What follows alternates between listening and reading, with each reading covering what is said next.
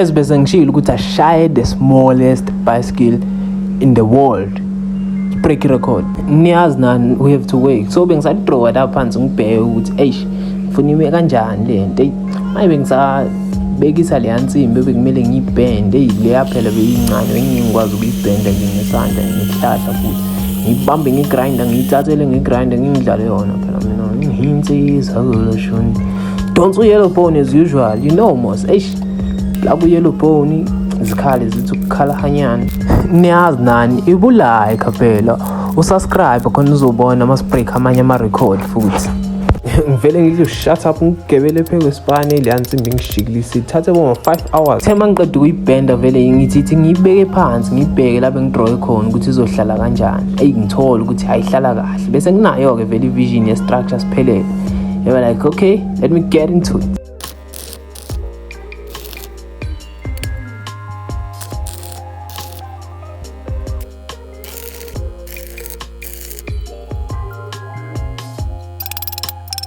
Sengiqedile ke something like a foundation nyani ithi bethi ngitshengise nyani imanje ngiyabheka lapha phansi phela lela ngikwazi ukulungisa vele ngilibheke lithathe phansi.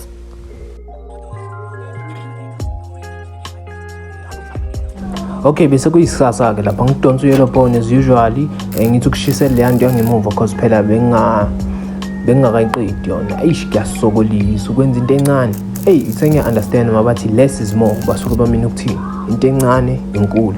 Kungithathe boma 5 hours I think kube boma 5 hours. Ngithe ngithi mangiqeda ngiba like oyithi nginikhombise phela nani niyathanda ukubona. Bese ngiqedile ukushisela le yanto engemuva to a foundation then ngiba like ayisokuphelile kosuku asibona ne video enilandelayo sesikhuphula selihamba vele. Don't forget to subscribe and like. See you in the next video.